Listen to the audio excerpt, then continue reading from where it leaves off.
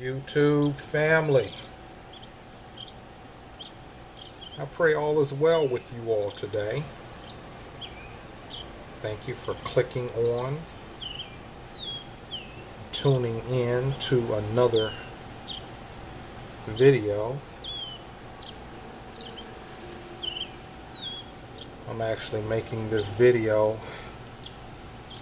as I'm about to head out to work.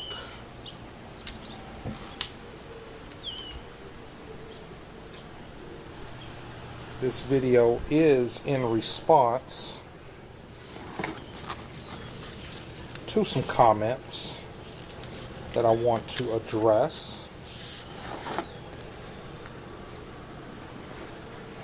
Like I always say, I really appreciate the comments that you all make on my videos. It actually helps me to come up with content for videos, ideas, and I just appreciate the engagement with the comment section. I posted, I post videos every day, so you all know that. But I posted a couple of videos yesterday. The ones of the trip to MGM National Harbor on Mother's Day. And I don't know what I was thinking. I don't know what I was thinking when I was doing the video of the train itself, and I called the engine the caboose. Now I clearly know that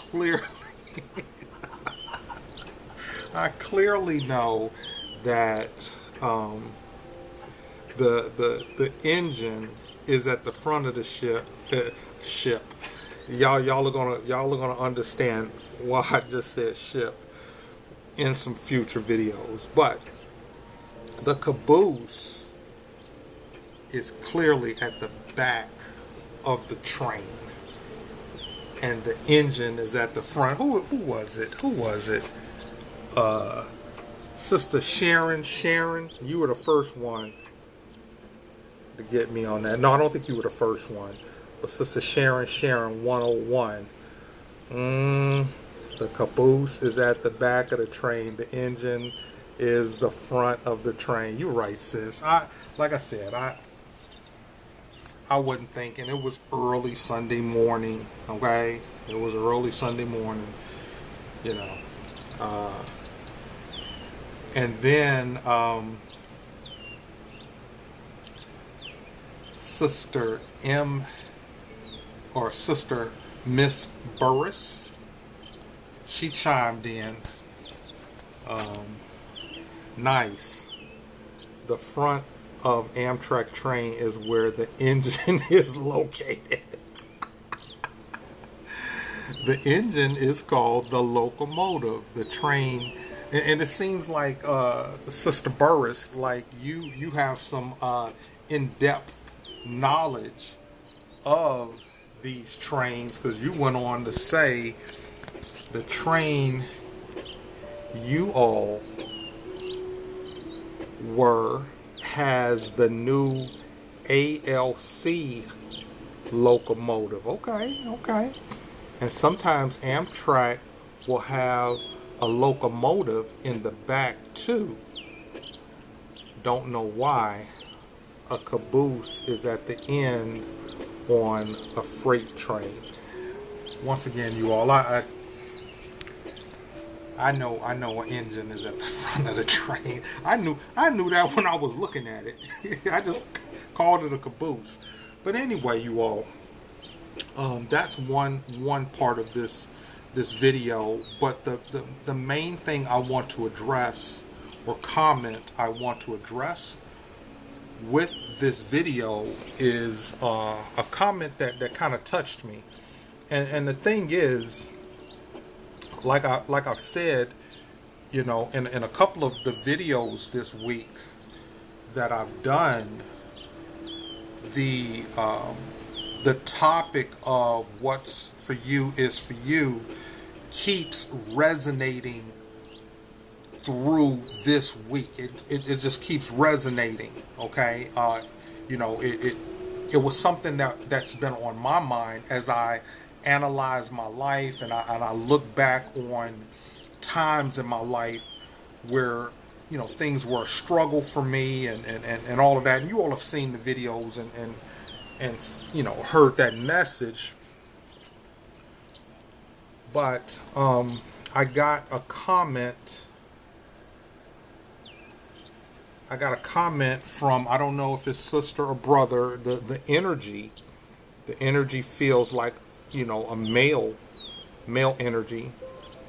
Goals begin 3, 4, 7, 8, and this comment was on the video that I did where I was elaborating more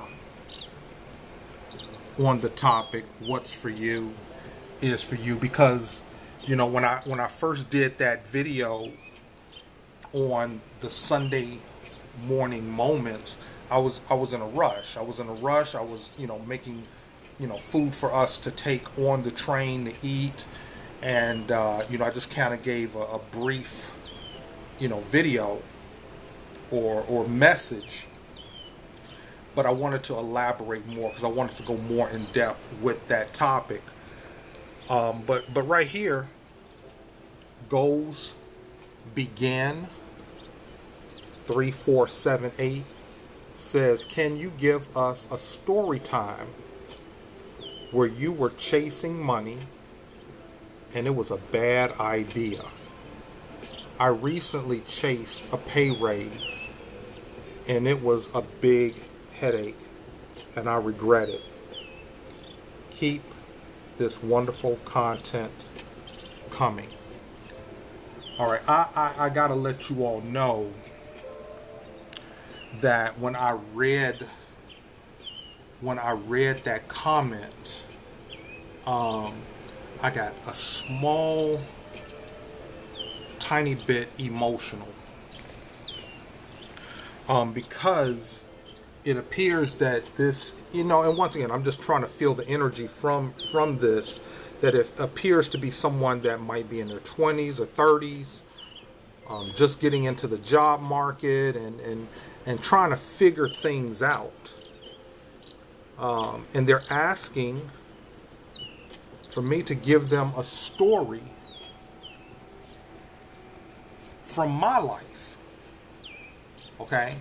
This is the thing that kind of got me just a little bit emotional, that somebody wants to hear, somebody's asking from a story from me, you know.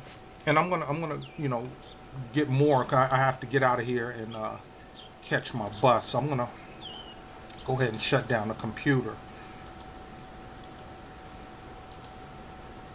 Oh, that's pretty. That's pretty right there. But I need to shut down this computer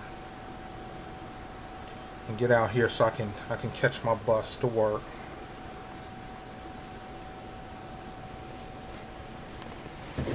Let me make sure I have everything.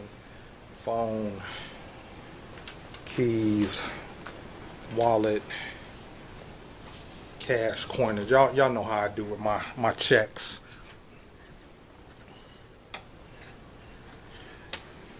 Y'all might be thinking, oh wait, you left the TV on. Well, Sanaya's still in the room, so that's why I left the TV on.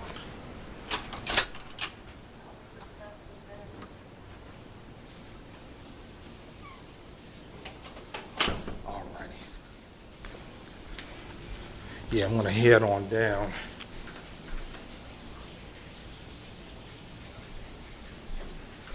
The thing here is this.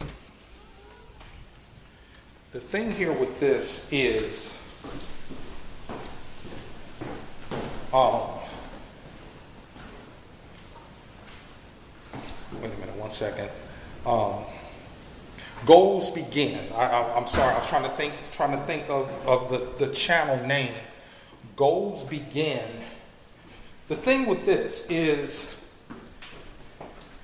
you asked about, a story time where I was chasing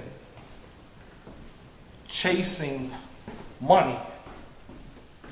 And here's the main point that I want to make with this video, and I'm going to do more on this video or on this topic, your topic about chasing money. Let me get my shades on. Chasing money is this, and I want you to hear me carefully. Anything you chase, it's moving away from you. Get this point. I know a lot of people talk about chase your dreams, and I'm on a paper chase, and I'm out here trying to chase down this money and this, that, and the other, and blah, blah, blah. Anything that you are chasing, it is moving away from you. Remember that. So don't chase.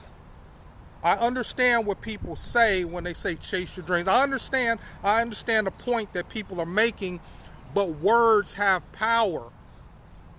So when you say you're chasing something, that means whatever that thing is, it's moving away from you. Here's the point. When you stop chasing, that's when you begin to attract and manifest. Get that in there. Get that in your mind. When you stop chasing, when you stop chasing after things, that's when you can attract it. See, you want to get in the habit. You want to get in the habit of being attractive to the things that you want.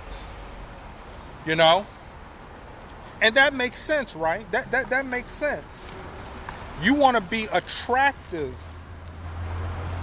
to the things that you want. If there's a man or a woman that you want in your life, you do your best to make yourself attractive to that man or woman, right?